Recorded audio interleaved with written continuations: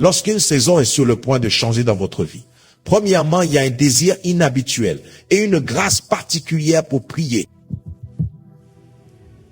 Un désir inhabituel, une grâce particulière pour prier, surtout pour prier seul. La prière collective est merveilleuse, mais vous sentez une grâce qui vous attire. Alléluia. Qui vous attire? Loin de la foule, loin des activités. Et vous découvrez que Dieu vous attire seul à lui. Il y a des choses qu'il veut vous montrer seul. La grâce de prier. Mais pour beaucoup d'entre nous, quand on arrive à ce point, Satan apporte une contre-distraction. De bonnes raisons apparemment légitimes. Et alors, vous constatez que les saisons passent.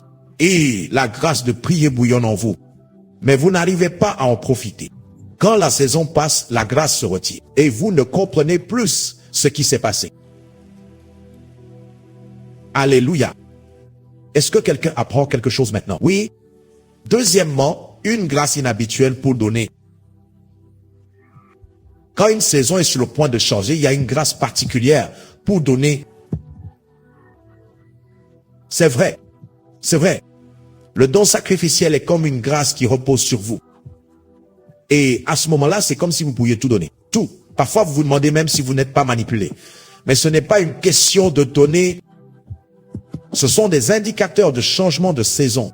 Troisièmement, quand une saison est sur le point de changer, il y a des activités angéliques et démoniaques inhabituelles. Les deux ensemble, parce que les anges signifient des révélations.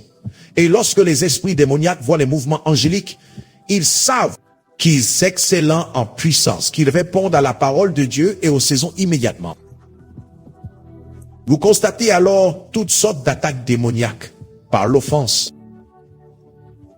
par la colère, la haine, les rêves, la paresse, les compromis.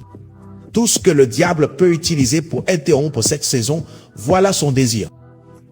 Et si vous n'avez pas le discernement et la persévérance, vous perdrez cette saison. Vous la perdrez. Est-ce que quelqu'un apprend?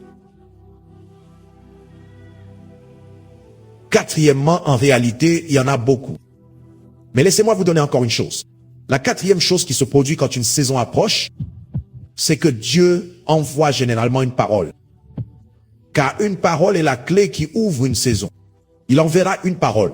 Cela viendra par des songes. Cela viendra par des prophéties. Cela viendra à travers un message. Comme ce que je dis maintenant. Les saisons ne peuvent pas s'ouvrir en dehors de la parole de Dieu. Il doit y avoir une parole préalable. Une parole qui vient de Dieu.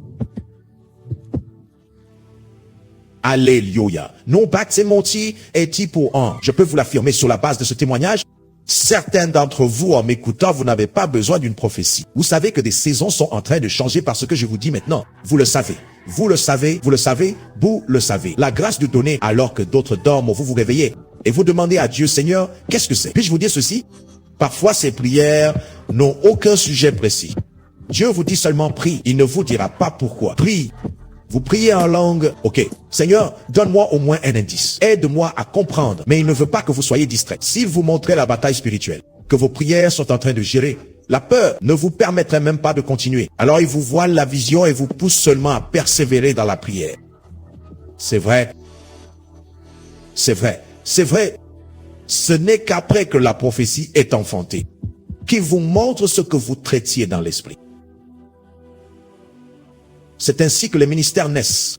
C'est ainsi que les dimensions sont soutenues. C'est ainsi que des personnes émergent. Mais la plupart des croyants sont lents à écouter et à s'exercer. Ils ne savent pas discerner. Ils ne savent pas discerner. Alors, quand ces saisons arrivent, ils ressentent seulement « je suis dans une saison inhabituelle ». Mais ils ne savent pas de quoi il s'agit. Et alors, ils la perdent. Puis la saison repart comme l'aiguille d'une horloge. Les années sont gaspillées. Les années deviennent des décennies. Et parfois, nous prions « Seigneur, mais n'es-tu pas fidèle ?» Et Dieu répond « Je suis venu plusieurs fois. Je suis venu et j'ai frappé. Je suis venu et j'ai frappé. Mais parce que tu n'as pas été formé à discerner la lumière, écoute, comment crois-tu que les mages ont su que c'était Jésus? Il y avait une étoile. Cette étoile est apparue selon une certaine saison. Et les mages sont venus. Quand ils ont parlé à Hérode, ils ont dit, nous cherchons celui qui est né. Hérode dit, Très bien. Allez, et quand vous trouverez l'enfant, revenez me le dire. Revenez me le dire, puis il appela ses astrologues. Il dit, ouvrez les livres, vérifiez quelle était la saison pour la manifestation du Messie. Et il dit, oui, en effet, selon ce que nous voyons, le temps est arrivé. Il dit, tuez les enfants, trouvez-les tous.